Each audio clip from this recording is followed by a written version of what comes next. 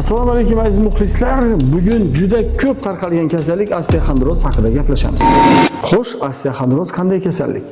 Osteoxondroz umurtqa pog'onasi kasalligi.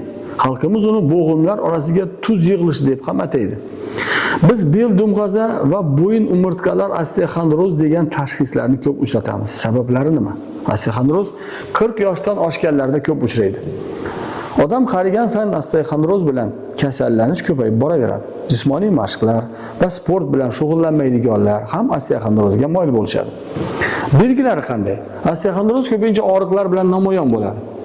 Bel dumg'asi sohasi osteoxondrozda belda o'tirganda turganda ham og'riq paydo bo'laveradi. Og'riqlar sanchuvchi, kuydiruvchi va achishuvchi xususiyatga ega. Ushbu og'riqlar oyoqning orqa yon yuzasi bo'ylab tarqaladi. Ba'zi bemorlarning beli qiyshayib qoladi. Bo'yin umurtqalari osteoxondrozda og'riqlari bo'yin ensa sohasida paydo bo'lib, yelka va qo'llarga tarqaladi. Bemor bo'ynini turli tomonlarga burganda, yelkasi yoki qo'llarini ko'targanda og'riqlar paydo bo'ladi yoki kuchayadi. Bo'yin umurtqalari osteoxondrozi kuchliroq namoyon bo'lsa, bosh miya tomon yo'nalgan qon tomirlar ezilib, bosh aylanishlar va chayqalib yurishlarini yuzaga keltirishi mumkin. Osteoxondroz disk churrasiga olib keladimi deb so'rashadi. Ko'pincha umuman olganda disk churrasining asosiy sababchisi bu osteoxondroz. Biroq negadir oddiy osteoxondrozni disk churrasi deb davolash holatlari bizda ko'p uchramoqda. Bunday tashxislardan aksariyat bemorlar xavotirga tushmoqda. Ba'zilari esa operatsiya yo'lini tanlashmoqda. Beldagi oddiy radikulit yoki osteoxondroz sababli bo'lgan og'riqlarni darrov disk churrasi bilan bog'lash kerak emas. MRTda aniqlangan kichik hajmdagi disk churralari ham xavfli emas.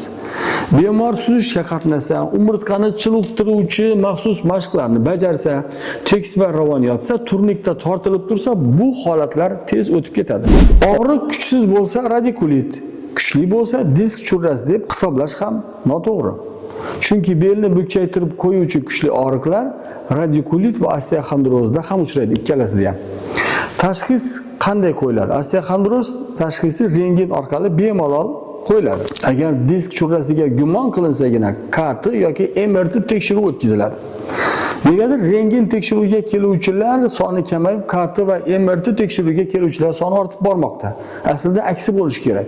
Chunki disk churrasi umurtqa osteoxondroziga qaraganda juda kam uchraydi.